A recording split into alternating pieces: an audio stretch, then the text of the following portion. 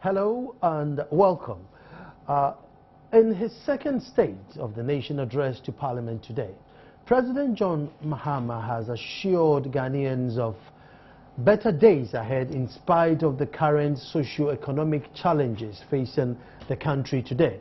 He also announced the introduction of free SHS by 2015/2016 academic year for day students and according to his government plan to progressively introduce free SHS in the country. An interesting twist that is raising eyebrows. He touched on many other issues from infrastructure, social intervention programs, agriculture, social security, health and others. A case of deja vu, a recycle of 2013, or perhaps a novelty. Yesterday on the program was a precursor from think tank ISODEC and an independent candidate, Kwesi Amwafo-Yeboah. Tonight we delve into academia and policy analysis with two doctors, Dr. Theophilus Richardson and an economic policy analyst, Dr. Godwin Echi Sikanku, is a lecturer at the Communications School and Global Politics for the School of Communication in University of Ghana. We will discuss politics of the same story tomorrow with politicians, and they will bring you also different angles, and you can discern for yourself what the real state of the nation is. My name is Nana Ansakwa, and this is PM Express.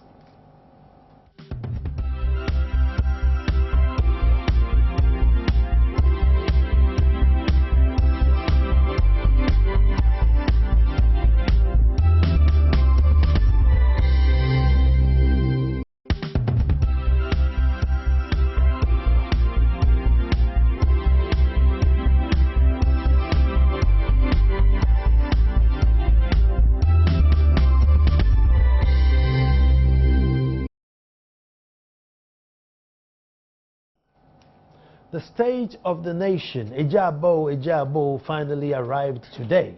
And the President came to the House of Parliament in his own glamour, drummings, contemporary culture, which was brought to us by Kwame Nkrumah, who says we shouldn't lose our culture. So at every event, even if there's the military, add the culture so we don't lose it. And so that was happening today. And he gave us the address. However, the two houses were sharply divided.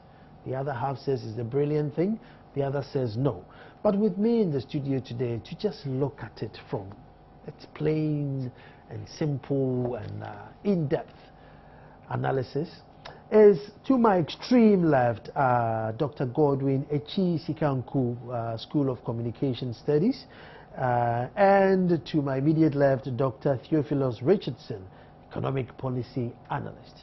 True-blooded economist, if I may say. Gentlemen, welcome. Thanks a lot. Thanks, Donna. And Echi, I'll start with you, Doc. First, just our impressions on the address. Well, I think it's great. It's nice that the President comes and accounts to us at a certain point in time. He did his job well. And I think across a majority or the great swath of Ghanaians, we would all agree that the President is a pretty good communicator. He was good on the delivery. He's a good orator. Let's give it to him. And he did employ humor to very good effect in his speech. Was it an entertaining speech? Yes, it was. Was it educative? Perhaps informative to an extent. Was it persuasive? Absolutely not. At the end of the day, what Ghanaians were looking for was a president who would come there and tell them what the true state of the nation was, vis-a-vis what the state of the nation was last year. We would all agree that we are going through a very difficult time, and some people have said we are actually in a period of crisis. We know what is happening with the economy. We know what is happening with increase in fuel prices and food shortage, increase in food prices and all those sort of things. And I think that for the President to come in and see that the fundamentals of the economy are still solid, I think he probably got it wrong over there. It probably shows that he's out of touch, and he did not convince Ghanaians that he was actually on the ground and in charge. I mean, he was probably on the ground and has a very good view of what is going on, because I think most Ghanaians would disagree that the fundamentals of the economy are wrong. I mean, what is right about the fundamentals of the economy if there are no jobs? What is right about the fundamentals of the economy if prices are skyrocketing, multiple, triple increase of fuel prices? I mean, transportation prices are skyrocketing, and the ordinary Ghanaian is indeed feeling the pinch, you know, and of all of this. We are going through a period of crisis, and I think that what the people needed was to hear a president who would reassure them that, yes, I feel your pain, yes, I understand what is going on, actually admit certain things, and probably call for a national and a grand national participation in our affairs. At the end of the day, I think this was status quo. I think it was average. There was no groundbreaking, boundary-breaking, transformational change that would change the social fabric and re-engineer our society in a way that would give hope to Ghanaians, in a way that would show that things are different. After all, that is why we elected him over the other person, because we believed that he would make a very fundamental and transformational change in our lives. I don't think that this address spoke to that. Good. Let me bring Dr. Richardson in here. For you, what was your impressions about the address? Good evening to our cherished audience, viewers and all that. Yeah, I think my brother has hit the nail right on the head. But the one observation I've made that I want to bring to people's attention is just that one thing, the president started his speech by talking about change. But the address did not indeed dwell on change for the way forward. Okay, he still dwelt on the status quo. All the things he said relates to what actually pertains at the moment. Okay, all the framework that exists is what he's kind of going to operate on. And if he wanted to change, then he should have said that this is what exists, and these are the changes I want to bring, you know, to, as it were, transform things for the way forward. That's the first thing. A déjà vu, yes, déjà vu seems to be cut and paste. Most of the things that have been said last year were repeated. But more than that, you know, yes, he needed to bring some humor to bear, you know, some light spots to bear on some of the issues. But I think that was overdone, right? The state of the nation address is a serious issue. It's an account of the work in progress. And what it's supposed to do is not to tell us what the government intends to do. Not only that, but it is primarily intended to tell us the facts as they exist on the ground, on the key areas of governmental activity and key spheres of governmental responsibility. So on basic needs, food, clothing, water, transport, health, schools or education, what is the situation? Certain strategic considerations, defense, you know, and the threats from outside, our participation in global politics and in world peace, promotion of world peace. You know, what is the situation on the ground and what can we do about it? Our infrastructure, roads, bridges, you know, etc., etc. What is the situation and how do we intend, what are the problems and how do we intend to meet those challenges? You know, and on the economy, you know, what are the problems as he has indicated? Well, he claimed that the economy is good, but we all do know that the situation, you know, on the ground, as summarized by my colleague, is not good. I have made a comment, that observation, that when the president admitted some time ago last year, that we are facing a liquidity crisis. And I have made this observation as an economist, and I believe strongly, and I'll emphasize this, that if present trends continue, the economy may crash by June. And by what I mean is that the government will not be able to meet its financial obligations. And that would be a meltdown. I mean, the liquidity crisis could lead to a solvency crisis because we have begun to go into our reserves to shore up the exchange rate. Because I need more information on that, so hold on to that. But I'll go to Dr. Sikanko, and you know, you mentioned two things, and I just want to re-clarify. Now, the president said our situation was temporary, and also I think towards the end of his speech, he was calling from help, even though maybe not very specific, but he was calling for help, that, you know, we need to do it together. And he called the other side of the house, look, follow me to go and see if I start, you know, cutting the sword to start the school. So would you give him credit for trying to call for help? Well, yeah, you know, I would give the president some help for his demeanor and even from a communicative point of view, his attitude. You know, one of the greatest strengths, someone once said that the greatest threat to the MPP is John Mahama. one of his greatest strengths is that he's able to connect with the people.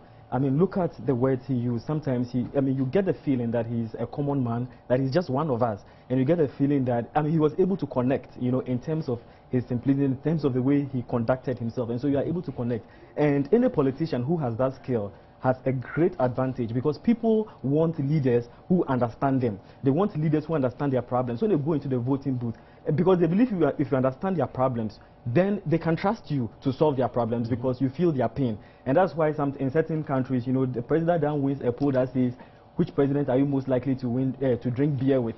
That president almost every time wins the elections, because people want people they can connect with. So, I give the president credit for that. And let me throw in mentioning names. I'm wearing his shoe, and I met that man, and he did this. It was very personal.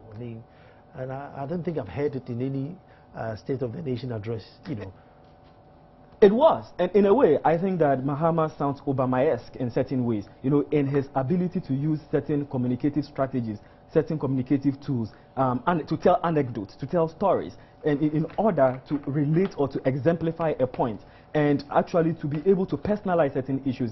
Domestication, he's able to personalize it by saying that I met with this person, I'm wearing a Ghana-made shoe, and it's a good advertisement for the local industry, local content, import substitution, and all that. So he's able to do that, to demonstrate and to connect. And when you talked about the last part of his speech, in terms of the fact that he was trying to galvanize the country, I think that is also pretty new to an extent. We haven't seen a lot of that in our speeches. And when I say it sounds Obama-esque in a way, that is what I mean. If you ask me what was one of the biggest quotes from the 9th, I would say, and because I was looking at this from a qualitative point of view, I'm sure he'll do the economics of it.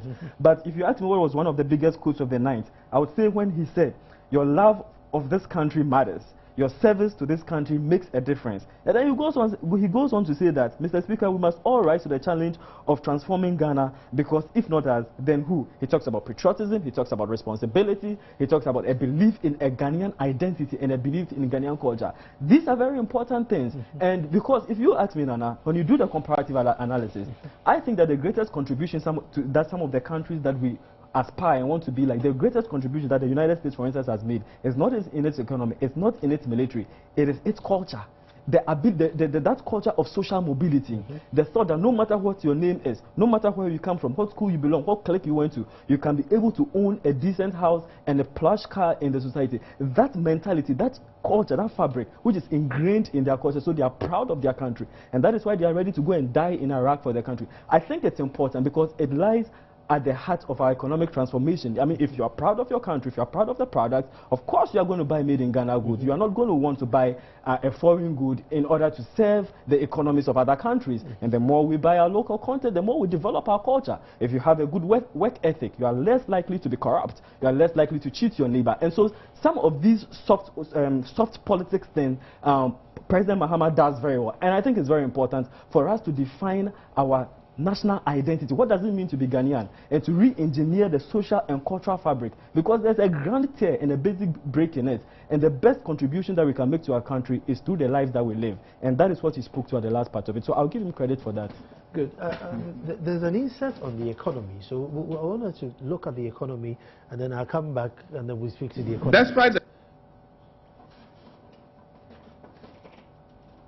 Despite the short-term challenges we face, our economic fundamentals remain sound.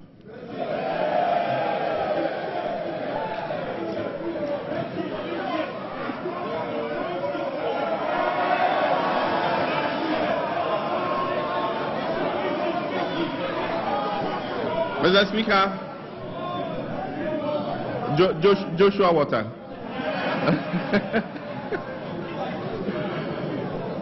Mr. Speaker, despite the short-term challenges we face, our economic fundamentals remain sound, and our mid-term prospects are bright. Growth continues to be robust at an estimated 7.4% last year, and we still retain our vision to accelerate and maintain GDP growth at above 8% going forward. The non-oil sector of our economy grew by 5.81% over the same period. The agricultural sector in particular, which faced a few challenges the previous year, due principally to some difficulties in the cocoa sector, still posted a significant growth of 3.41%. Mr. Speaker, the fact that we are transiting into a services economy is obvious from the strong growth that continues to be posted by the services sector. This sector in 2010 overtook agriculture as the largest contributor to GDP, and last year it posted an impressive growth of 9.1%. The industry sector, which had witnessed sluggish growth over the last couple of years, also posted a remarkable increase of 9.2%. Mr. Speaker, since 2007, the world has been faced with a financial crisis, and Ghana has not remained immune to the pressures created by this crisis. Encourage, urgency. Hello, sorry about that. Trying to alert my guest talking behind the scenes. Look, the growth in the economy, there's nothing to complain about. I mean, 7%, 8%. I mean, even China and America will be proud to get that sort of percentages. But as an economist, what are your concerns? Yes, before I touch on that, if I may make very quick and brief comments. Sure. About, how he connected us, my colleague Frank has attempted to. Yes, we need to be light, to speak lightly on some issues. The president needs to connect and all that. I appreciate it. But much as we appreciate that, we must not encourage an overindulgence in needless jokes, and comedy. The State of the Nation address is a very serious exercise. And I think that the number of times the president used this joke, business. And which other one? Order.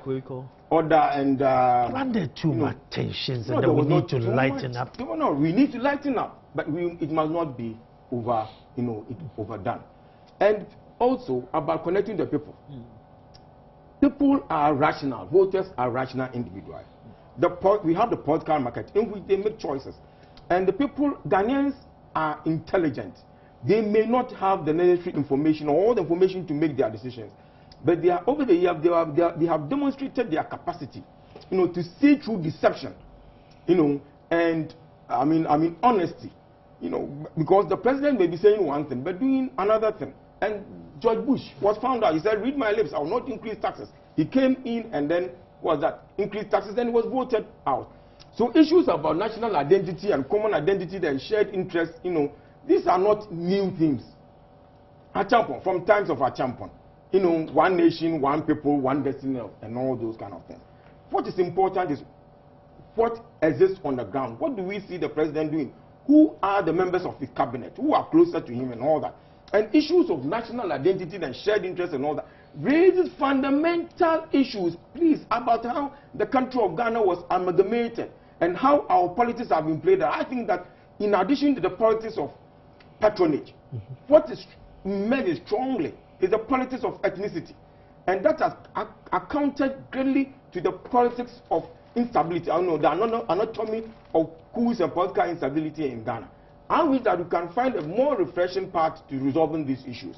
But, as I've said, slogans are not solutions, and Ghanaians are capable of seeing through deceptions, and, what is a candid, commitment to a national growth. About the economy, growth. We've been talking about growth for so much. What is growth? When we talk of growth, GDP growth, it's all about growth in output. How much of goods and services the country is producing. In addition to that, it also deals with the quality of goods and services, or the variety and the quality of goods and services we produce. If there is increase in the the quantity of goods and services, as well as the variety of goods and services produced, then we should expect growth or increases in income, and therefore increases in the goods and amount of goods and services that people consume. But more so, in addition to increases in output and income, we must see increases in employment. Because when the amount of goods being produced in the economy is growing, then of course it means that firms are employing more people, are able to employ more people. The more people who find jobs, earn income, they are able to increase their claims over goods and services. That is, effective demand increases, and with effective demand, there's increase in consumption or whatever, firms are able to invest more, and that cycle is generated. The GDP growth rate, in itself, is not a sufficient measure to talk about, standard of living. We know that. So yes, if the economy is growing by whatever percent, we should expect increase in output. If there's not increases in employment, if there are no increases in employment, then there are fundamental dislocations, okay, that we must address. That's the first point I want to make. But we see that there has been a fall in growth, not only in the overall economy, which means that the amount of resources that was being used, say, in 2008, has been reduced. And this is the result of the policy of the fiscal consolidation, which is basically disinflationary, IMF-style disinflationary stabilization program, which emphasizes reductions in government expenditure and or increase in taxes. And we have seen all of that at play. So there has been what we call disabsorption. The amount of resources being consumed or absorbed in the economy has been reduced. And it induces recession. Okay? So basically, I mean, for the ordinary person to understand, it means there has been some lost output. And to recover that lost output may take us several years. The economists, we must be allowed to tell the nation, or research to tell the nation, how many years it will take us to recover that lost output. So that is one point that we should. But sectorally, we saw the loss in output in certain sectors like agri. How it affects food production. What is happening to food production? What is happening to food security? What is happening to food sufficiency? I mean, food security in terms of both economic access, and physical access. What is happening to food sufficiency? What is happening to cocoa production?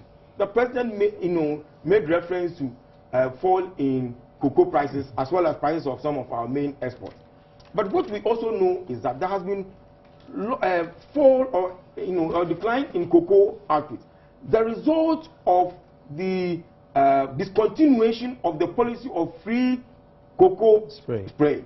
After all, the government claims or clips off most of the profit that should have accrued to cocoa farmers as a result of the fixed prices. The government does not pay the full extent of the world market prices to cocoa farmers for various economic reasons, including stabilization of the economy.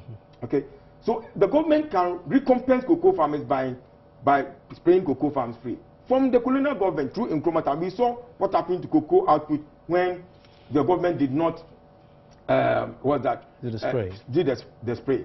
So that is an area that we should address. And if the economy is growing by whatever percentage, 6%, 2% or whatever, Ghana, we need something like 10% of what. If the economy is growing by whatever percent, but Ghanaians are not participating in that growth, then it will not in any way affect the standard of living or the quality of life in Ghana. So with the repatriation of profits which the president assured investors, are you in favor for or not? But then again, what can we do? They brought their money, they need to take it away. Oh, I think this relates to the exchange rate. No. Apart from the exchange rate, he was saying that if you come from abroad to invest your money here, you are allowed to repatriate your profit. Yes. That has to do with the exchange rate, issue. Yeah. And the desire to attract direct foreign, investment. Okay. You cannot in any way, attract foreign investors by, imposing controls on the repatriation of their profits, dividends, and capital. All right. So that has to do with a framework which allows the mobility of capital. It's an issue to be addressed. But on the other hand, the government can create a win-win situation whereby foreigners will feel encouraged, will be incentivized to invest their monies in the economy. Okay? And in addition to that, the fundamental issue is that can the country rely on foreign investors to was that to develop. The empirical, historical and contemporary evidence shows that no country has developed on the back of foreign investors alone. Although foreign investments or capital are economists telling the politicians this, that we can't rely on foreign investors, because that, at the moment, that is our aim, that we are investing on them so that we become a better nation. But foreign investors, another question is, in what sectors, have foreign investments gone, into what sectors? They have gone into mainly the extractive sector, mining. How many foreign investors have gone into manufacturing, except the Levantines, I mean the Lebanese and Syrians, who have very long traditions of business in this country. Okay, and they also repatriate their profit. So yes, foreign investment is key. If foreign investment is going into manufacturing and certain strategic sectors, subsectors of manufacturing, especially exports, that is good for the economy. But in addition to foreign investors or foreign capital, we also need domestic capital. Let me tell you this. Hold on. In addition to for every $100 that went of American capital that went to China, okay, Chinese capitalists or entrepreneurs contributed at least $30. So and in Malaysia, yes, at least. And in Malaysia, Malaysian entrepreneurs have also contributed immensely to investments, and they have created a model of political economy that so whatever profit comes, they can also, of course, the foreign investors are repatriating their dividends and all that, especially the multinationals. We know the implications for the balance of payments of our come back, and this is a fundamental issue. Thank you. Not now. One of the things which the state of the nation is supposed to address, it says, let me read this thing. It says a disturbing feature of past addresses concern the presentation format. Section 34(2) of the 1992 Constitution indicates clear and specific issue areas that the state of the nation address is supposed to report on. These include the realization of basic human rights, a healthy economy, the right to work, the right to good health care, and the right to education. The President is obliged to report on these steps taken to ensure the realization of these policy objectives. Now, we want to find out if that was achieved. When I come back, I'll go to Dr. Sikenko. Stay tuned.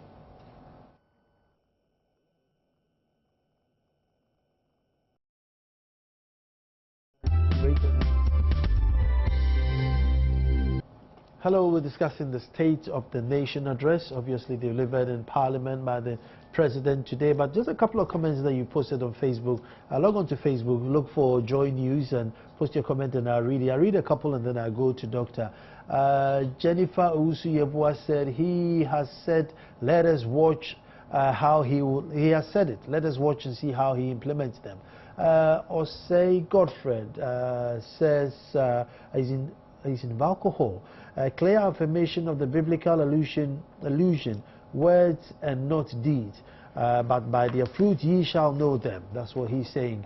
Jin Asempa Kwame, please, we should mind our speech, how we tell our president to think twice. Sana Felix says, what is a manifesto? And then Jabba Adam Gladima says, I think the president should at least be serious with his speech. Free SHS is not possible, so we should forget it. It can only be possible in 2016. So why should you mention that? We need a break, Mahama. Lamte Chinwe says, free SHS 2015, to entice Ghanaians to vote for him in 2016, but the economy of the country. I skipped a word there. And but there's one here. Jin Asempa Kwame said, I am so impressed. I love you, Mr. President. And then citizen Atuguba Collins, he really touched on the core issues representing the true state of the nation. In summary, I say appreciable. Sana Felix says, Tria. I'll come back and read some more. Keep posting your comment. But Doctor, you wanted to finish your comment. About foreign direct investment. It is meant to fill the gap, the capital gap, and the skill and managerial, gap. So foreign capital comes in, you have capital. When you say to fill the gap, there's a gap. In other words, developing countries, have been observed to lack the capital and the technology, to develop. In addition to the capital and technology, okay, they also lack the managerial, skills, and other skills to manage their firm. So they come in with all these, to fill whatever gaps exist between what we have and what we need to develop. But two observations: all foreign direct investment, not only in Ghana, but developing countries in Africa and Latin America, go into the extractive sectors and the utility areas. Why? Because these areas, have far lesser, uncertainties, and they can, at a faster rate, recover their investment than in manufacturing, which requires longer gestation period. No manpower. Yes. Two, France was not developed by the Germans. All countries which are now developed, the point is, all countries which are now developed were developed by the indigenous people. France was developed by the French, Germany by the Germans, the Dutch by the, Netherlands by the Dutch, Austria by the Austrians. So it is a joke. Even South Korea, Taiwan, developed by the indigenous. We must have faith in the Ghanaian and Ghanaian capital. Where Let me bring Echi in here where they do not exist, we can create them. The government must play a lead role for the private, so that the private sector can follow. Let me get Echi here. Echi, the purpose for delivering the average citizen, did we get that input? The purpose of the delivery, right. Supposed to get a job, your health, the state of the economy. Did we get that? You said human rights, the economy, the health of the nation, and so on and so forth. Well, just to take off from where he started, I do agree with him that no nation has developed a breadbasket or on the back of another person. And it is important for us to believe in our local entrepreneurs. And he's the economist, but I do know it's when I'm feeling the pinch in my pocket, because I pay more when I take the road, I pay more when I go to the market. So I feel it in my pocket, and I think that is what the ordinary Ghanaian is concerned. People buy electricity credits, and it lasts shorter than it was before. Okay, so they are feeling the pinch, even in terms of increases in fuel and food, food prices and so on and so forth. So I think that, to allude to his point, the government has to take a lead, he said, in terms of social protection, in terms of intervening in the economy, growing small-scale businesses, and in terms of offering a certain safety net, for the Ghanaian businesses, so that whatever revenue we get, stay in there. But this statement had a lot of safety nets, calling on Minister for Trade to help poultry farmers, put 50 million cedis in pharmaceuticals. So it was calling for local business and local support. Well, that's what I'm saying, that in terms of whether it addressed the rights, the social safety and social protection, it is the right direction to go. And I think that it is a good start. But then as to whether they're going to walk the talk, of course, they still have 2 years to finish. But to address your question as to the purpose of the speech, whether it was able to achieve or address areas in which a state of the nation is supposed to address. In terms of rights, I think that he did. But Nana, generally from a communicative point, one thing, although I think he's a good communicator, I think that at the end of the day, a lot of things that he said were very vague and they were kind of open-ended. At some point you felt as if you were listening to a historical lesson, talking about Achimota School and so on and so forth, and I don't know if he was buying time or what. When you compare it back to the 2013 State of the Nation address, you will find similar statements over there. Some of it looks like verbatim. Yeah, historic. And also, you look at the word, and so. And some of them challenges on education is access to access. Exactly. In fact, when I counted, some of the most popular words were challenge, access. Challenge was used 23 times this year. Very high. Last year it was used 13 times. Access 29 times this year. This year 22 times. No quality. Equity and equitable 10 times this year, just 2 last year. So it gives you an impression. I was trying to look at the general theme of the general theme of the presentation. Does it present a certain vision, a certain drive? What is the driving theme, and what is the underlying thesis, the underlying narrative, the grand story that he's trying to tell, which will re-engineer our social fabric? I didn't find it. So I think that he was vague, he was open-ended, a bit erratic at some point, and it felt as though he was just trying to achieve campaign promises at some point in time. I think that some of the policies that he proposed, there has to be some connection, and it has to be done in a certain context so that we know how it is going to improve our lives in a sustainable manner, not in a piecemeal manner. Okay, but if you ask me, in terms of human rights, I think he's reported something. He said they've initiated the affirmative, not passed, initiated the affirmative action bill, the interstate succession bill, property rights of spouses, domestic workers regulation, and so on and so forth. I mean, LEAP, the livelihood employment stuff. I mean, and they've initiated it. I mean, he's telling us what they are doing. Okay, but we have to know. I mean, over time we have to hold them accountable. And in some of the numbers that he gave, you know, we have to cross-check some of them. And in terms of comparing it to what happened last year, so human rights, he's done that. Major thing before I come, I think it's been on the table this evening or all across the news was introduction of free SHS in 2015, 2016, and obviously the MPP saying, look, hold on, in one breath you said that even Kenya collapsed because of free HHS, and so between a year now, how prepared are we to even bring it back on the table? And I say, a few months ago, schools in Wa couldn't go because they had no chalks and dusters and everything. So I mean, are we now, fully settled to even bring this on the table for discussion? I mean, what do you say? Well, Nana, I'm not a politician. Yeah. If I wanted to do politics, I would have done it. So whatever I say is my own assessment of it. When you look at education from 2013, the subtitle of it was quality education. If you look at the subtitle this year, it was just plain education. And when you look at this year, I told you the word access was one of the most popular words. I don't know if they are shifting from the quality education that they were emphasizing in the campaigns to just access, which makes it understandable as to why they will be interested in providing free SHS so that a lot more people will be able to have access to that kind of education. To me, I don't see the difference. I mean, you say education, one person says free education, another says progressive introduction of free education. Nana, I think it is a play of words. I think it's rhetoric, I think it's semantics, I think it means the same thing, and they are just trying to be politicians and play on the words. I mean, it's probably the same. I mean, what's the meaning of progressive? According to the Merriam-Webster dictionary, and I don't have it here, it's the gradual introduction of something on a gradual level.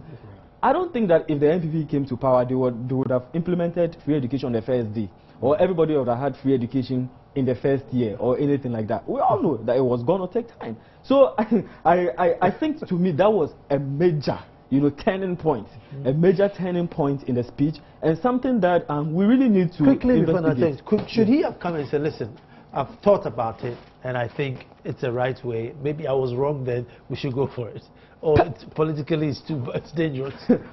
Both politically and even from a communicative point of view, I think it would have been a great trick. You know what, people admire honesty. And they respect it a lot. People don't like comparing, but when you look at Barack Obama, there were so many things that he came to admit and said, no, I was wrong, you were right. You know what, you had a better idea than I did. And I think that your idea is going to move our nation forward. I want you to come on board and help us to do this. That's what he did with Robert Gates, who was from the opposition party. That's what he did with Hillary Clinton, who was his staunch opposition. Let me take a break here. When I come back, then I give you the floor. Another break. Yes, another break. Another break. When I come back, I give you the floor. Stay tuned. Welcome and State of the Nation, and from a non-political side of the fence, if I may say. But tomorrow we have Afenyo Making and Mutala Mohammed here, and they will talk about the state of the nation from their political lenses. So tomorrow you need to stay tuned. But Dr. Richardson, summarize, rush through your thing, because I know you've got a lot of stuff to say. Okay, yes, about, first let's take this human rights issue, which the President should have reported on. Issues like this gender bill and succession and all. No, they were very much, I think, framed or influenced by the thoughts of the Ministry of Gender and those kind of. But you have fundamental issues such as the citizens' right during arrest, for example. But could he have talked about everything? Would it be too? No, I mean, but these are what have 2 been, hours. These are what have been stipulated in the Constitution that he must report on, and the rights of the citizen when he's being arrested, vis-a-vis the responsibilities of the police. Okay, for example, or the law. What is happening to our judiciary? How do people perceive the judiciary? And how are these affecting the rights? Let me push you to the city. Also, education. Yes, I'll come to education. He's also conflating and confusing a lot of issues in education. The issues relating to quality and access. We have fiscal access and we have financial access, and both of them, determine the quality of education. And you cannot, separate the two. And I think that what he said about the gradual or progressive implementation of free SHS, whether for day students first and whatever, is, I think, a tacit admission of the fact that the idea that was made the main platform of Nana Akufo-Addo was a good one, and he should have extended an arm of congratulation, recognition to Akufo-Addo, and it congratulated him that it's good that he revived this issue. Although this issue is not new, we can go back to 1979 when one Mrs. Bannerman introduced it, the 1979 elections. And it was one platform which they used that it was impossible, and they swayed the minds of so many people who voted, not for NPP, but either for NDC or other parties. So we need that politics of honesty, and a frank and candid admission of where we've gone wrong, and a frank and candid recognition of the views of the opposition, and extend an arms of cooperation to the opposition to come on board. And that's what will take the country forward. Now about the city. Summarize it, because I know it's very long. About the city. Yeah. Yes, the city or the exchange rate and the balance of payments is a fundamental issue in economic management. The crisis we are going through is not a temporary issue, as the president, put it. It's a fundamental, a long-term issue, problem that has plagued the economy for a long time, since Nkrumah's time. And I think that the framework within which we have managed our exchange rate and the city and the balance of payment is not appropriate for some time now, and we need to go back to the basics and the drawing board. The economic recovery program, which led to the introduction of, or the shift from a fixed exchange rate to a floating exchange rate, I think did not address some fundamental issues. Those who implemented them, because others were not economists, and they did that. They implemented the whole thing by doing what we call learning by doing. And so, if there is a crisis, for some time, we must go back to the basics and then ask ourselves, what should you have done? After all, one of the basic issues, in macroeconomic management is achievement of a stable exchange rate. Now, when you adopt a stable exchange rate, you have other issues, to choose from. Out of three, the government can only have control over two of those issues. We don't seem to have a proper idea about these things. And I think that we are moving from one crisis to another, and this is at the heart of not only short-term macroeconomic management, but it also determines what we can do in the medium term to long term. I think I need to peel and bring you back in so that we discuss further the economy and the city. But I'll give the last word to Echie with regards to NHIS or NHIA. I don't think we heard much about it, even though we had a lot about the CHIPS compounds being developed. Yeah, well, I mean, for a policy that lies at the heart of our healthcare system, I don't think a lot has been said about it, and it probably speaks to the current state that it's in. Enrollments haven't risen, out-of-pocket payments are still high, and even when you look at, it was not just NHIS. If you look at the whole healthcare sector, there were certain things that were in 2013 that were repeated verbatim. It's the CHIPS, he said 1,600. By 2016, the same statement was, he said it in 2013, the same statement was there in 2014. He said they will commence work on 12 district hospitals. He repeated the same thing here. He just said it was ongoing. Construct UG hospital. So I just put 2013, 2014 together to just compare them. He said the same thing. Regional hospitals, 2013, he said regional hospitals will be built in Upper East, Upper West, and Eastern region. This year, he only talked about Upper West region. He didn't talk about Eastern region. He didn't talk about Upper West region. And he just talked, and then he went on to talk about new things, about the Tamale Teaching Hospital, the National Medical Equipment Replacement Program, which are new things.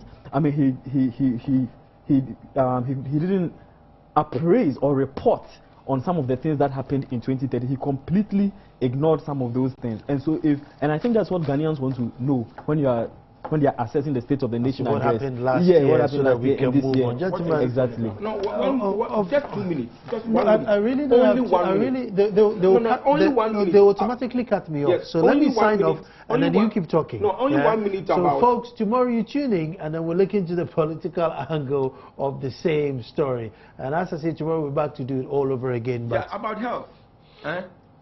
We must remind ourselves that health is a basic need, it's a basic social service. Before the introduction of the ERP, health service, provision of health services or delivery of healthcare services was free. And so, if there's a crisis in the NHS is something you have to pay. It's an insurance kind of scheme. You have to go back to the basics. It was free before ERP was introduced. Thank you very much. Thank you very much, folks. Unfortunately, that's all time will allow us. Thanks for posting your comments on Facebook. And tomorrow, we'll be back to look at the political angle of the same story. Thanks for tuning in.